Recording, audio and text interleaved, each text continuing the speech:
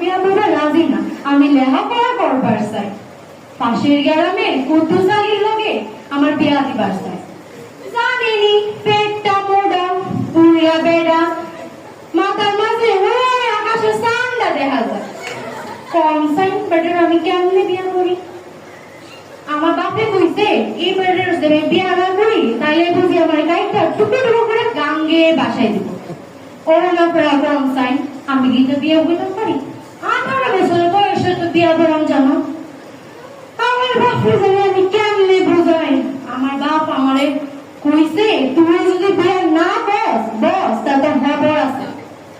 আমি অনেক দূর থেকে দেখতেছি আপনারা নালিশ বইছে, আমি আইছি আমার বিচারটা দেওয়ার লেগে। আপনারা আমার নালিশটা একটু করেন, আমার বাপ জানলে একটু বুঝেন। এখন আমি যাইগা, কোন সময় যেন আমার বাপ জানাই রে।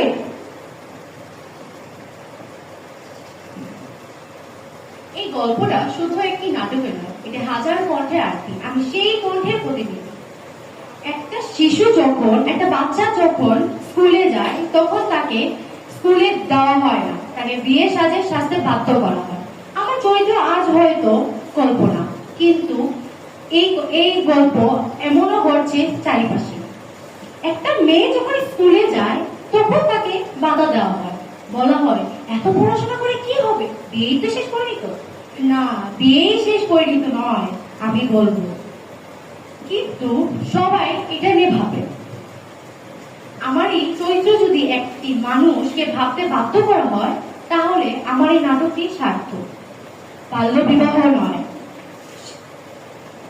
শিক্ষাই হোক আমাদের নারীদের জন্য গহনা। ধন্যবাদ সবাইকে।